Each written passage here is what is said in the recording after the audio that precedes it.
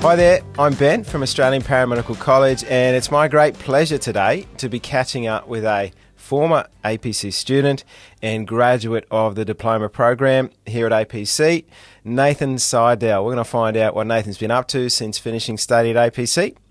Nathan, thanks for your time today. How you going? Hi, Ben. Great. Thanks for having me today.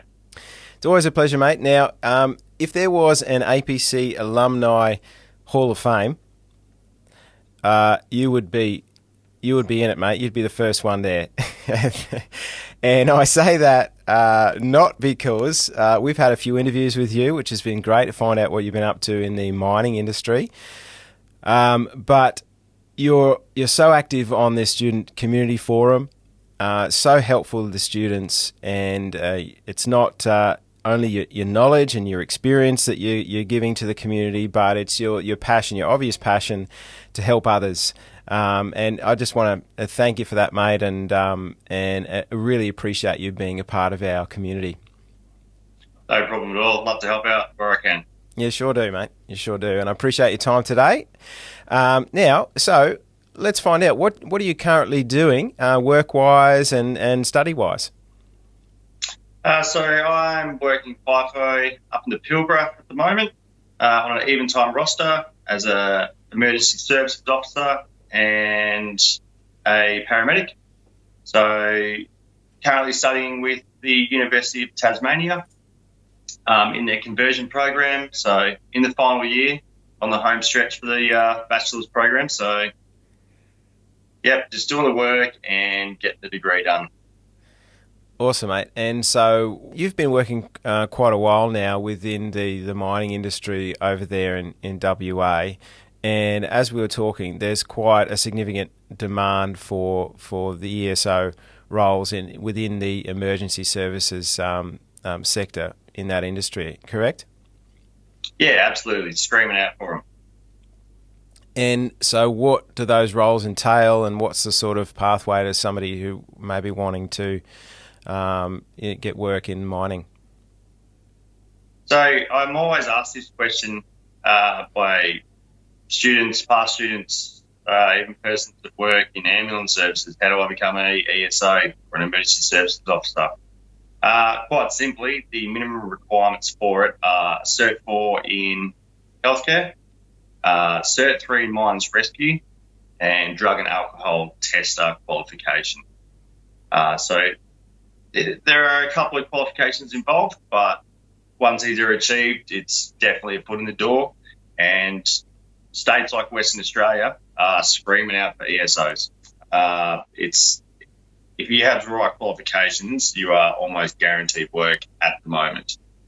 So, and this has been going on for at least the last year. Whether COVID's had an impact on that or not, I'm not sure, but there is definitely an abundance of jobs out there available at the moment for ESOs.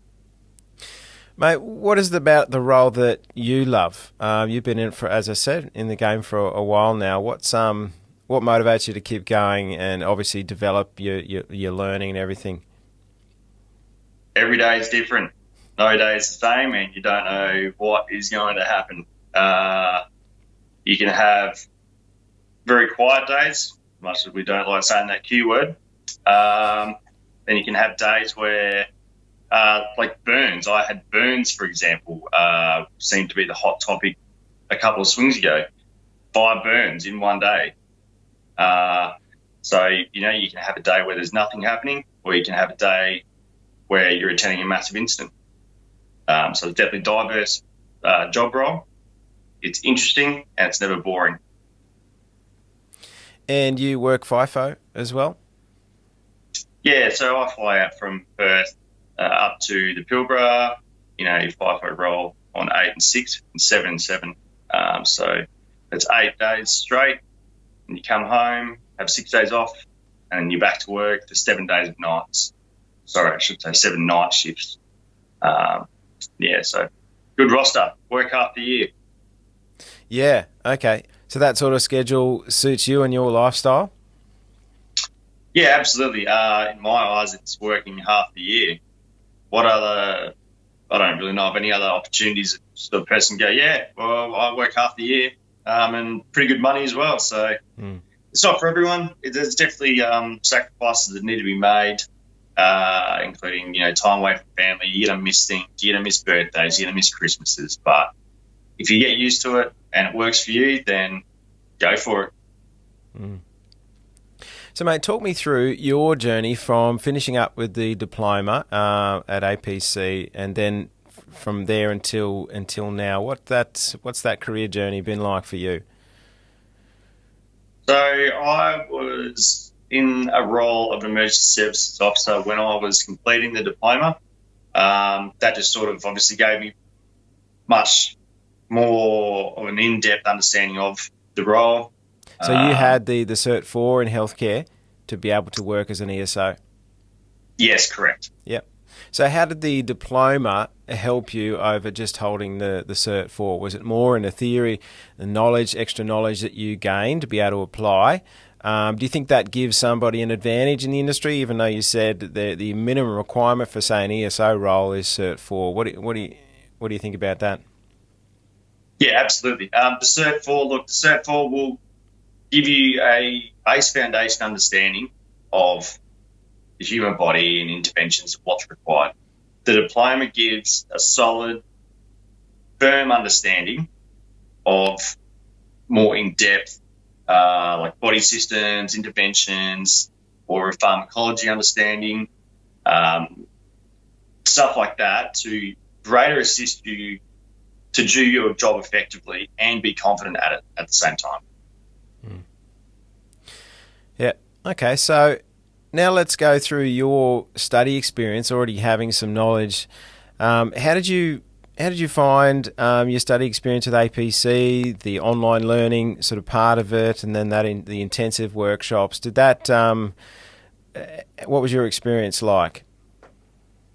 Yeah, it was really good. Obviously, APC offers the online component, which is very beneficial, especially in today's world. So there were times that were trying. There was some long parts to it, but if you're ever stuck, you could bring APC and they'd give you a hand whenever you needed it. And the classes, they were excellent, very in depth and thorough. The trainers are very knowledgeable and can pretty much answer any questions that you have. Cool, mate. And finally, I appreciate your time again. I love to ask this question. What is it you most love? What gives you the biggest thrill in doing what you do? You're passionate in the role. You're passionate to help other people, and it's awesome to see. What is it that gives you that biggest thrill about what you do?